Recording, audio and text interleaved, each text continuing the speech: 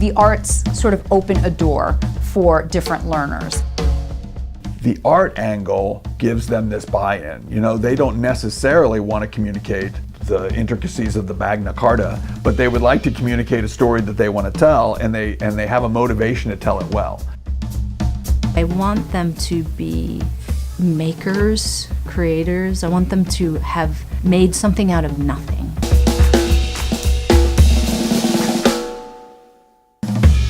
The Artists in Education program is a project of the New Jersey State Council on the Arts and Young Audiences New Jersey and Eastern Pennsylvania, and the goal is to put professional teaching artists in classrooms throughout the state for a long-term, in-depth arts learning residency. We found that our students had a very strong interest in graphic novels, and it was promoting our literacy program by incorporating graphic novels into the ELA program. And I saw that there's a direct connection to the art program, but I'm not a graphic novelist, so we chose to invite an expert to come to the school and really teach the students how they could create their own graphic novels.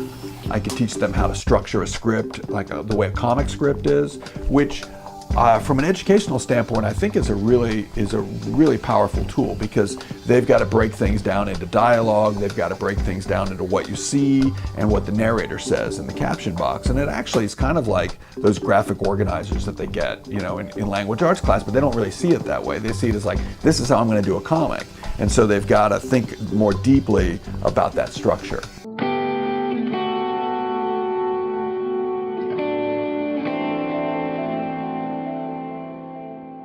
It's a way for them to be engaged in writing, and they don't even know it. They are writing, they are using a lot of images, but they are also thinking about what they are going to say.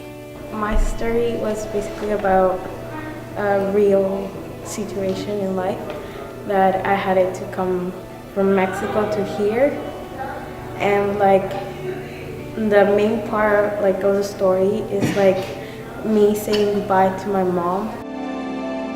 It's surprising to me always that the students that you think of as the lower achieving academic students, the kids who traditionally don't get the great grades, the ones who sometimes have behaviors, end up almost immediately taking to the project in a way that just flips the script. They're the ones who are making the best drawings. They're the ones whose characters are more fully realized. They're the ones whose imaginations are like they're drawing outside of the lines, and they're coming up with really cool ideas right away because they're not inhibited. We're all on a level playing field. There are a fair amount of students who start out feeling really unconfident with what they can make, or are reluctant, or say, I don't know how I'm going to do this, and by the end of the class they've actually really produced something that they're proud of. I felt like uncomfortable telling a story like that. And eventually, after I started like drawing, I was like, it was like a good way to cope. I thought mine was gonna be like a simple story, like okay story, but I impressed myself.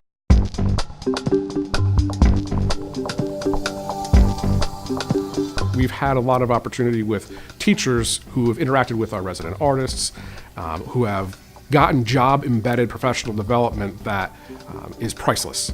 The reason we call these primary facial expressions is because, like primary colors, we can mix them together to make other expressions. I pretty much set the teachers up as students and teach them the things, that I teach the students, and then we follow that by discussions of what they felt they could do with it, and also how they can apply it to their curriculum. We're bringing these kind of amazing people into the school for the students, but also for the teachers to learn from. I hate to use the word authentic because it's so overused in education right now, but it makes it authentic, it makes it relevant.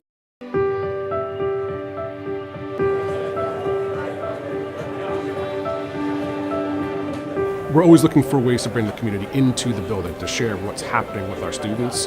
And so this just opens the doors for parents, grandparents, community members to come into the building and see some of the great things that are happening in Bradley Beach. I want the audience, the parents and stuff, to know what it is their kids are really learning. We had 2 groups of students read their comics. It seems small, but for a group of 14-year-old boys to actually be talking about their classwork and what they were doing and that they liked it. Seeing the joy of every day coming home, and it was just kind of neat to see her just so excited. I want to be looking forward to coming to school every day.